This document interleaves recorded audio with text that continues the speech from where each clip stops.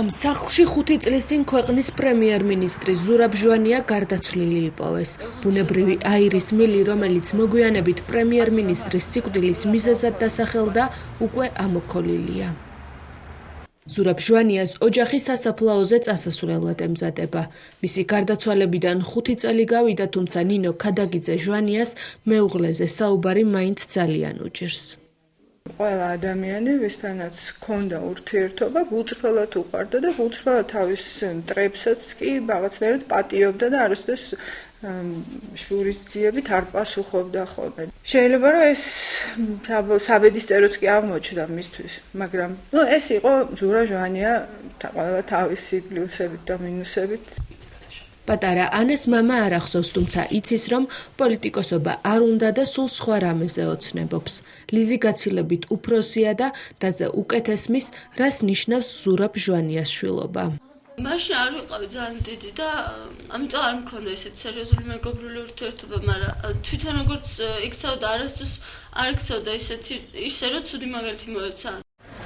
ყოფილი პრემიერის საფლავზე მისული მისი მეგობრები და ოჯახის წევრები უკვე მეხუთე წელია იმაზე საუბრობენ, რომ ზურაბ ჟვანიას საქმეში უამრავი პასუხგაუცემელი კითხვაა. საქმე როგორც იყო, ისე ასე არის შემოდებული თაროზე. ახალი მნიშვნელოვანი დეტალები ჯერჯერობით არაფერი არის. ყოველთვის მაქვს შეგრძნება, რომ აი უკან მივიხედავ და ბატონი ზურაბი არის და რაღაცა უნდა ვკითხო. აი ეს არის ჩემთვის ეს 5 წელი. აი ეს ადამიანები მელნიკოვის ჩათვლით არიან გარეული ჟვანიას მკვლელობაში. გოგა ხაინდრავა დღესაც ამავე აზრზეა და ეჭვი არ ეპარება, რომ პრემიერ-მინისტრი მოკლეს. ზურა იყო ერთ-ერთი ბოძი, რომელსაც საქართველოს თანამედროვე სახელმწიფოება შენდებოდა.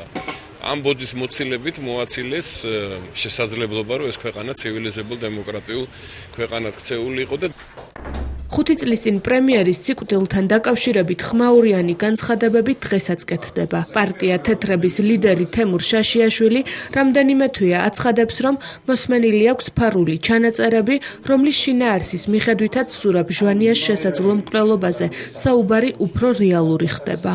ეს კასეტები არის საქართველოშიც არის უცხოეთში. აშკარაა, რომ ხელისუფლება ამას ძალიან ეძებს, იმედეძებენ, იმიტომ რომ უნდათ ნახონ, რომ როგორმე მოამზადონ წინასწარ, უნდა დაგეგმონ თუნდაც რაღაც რო გადაიფაროს რაღაც საკითხებით.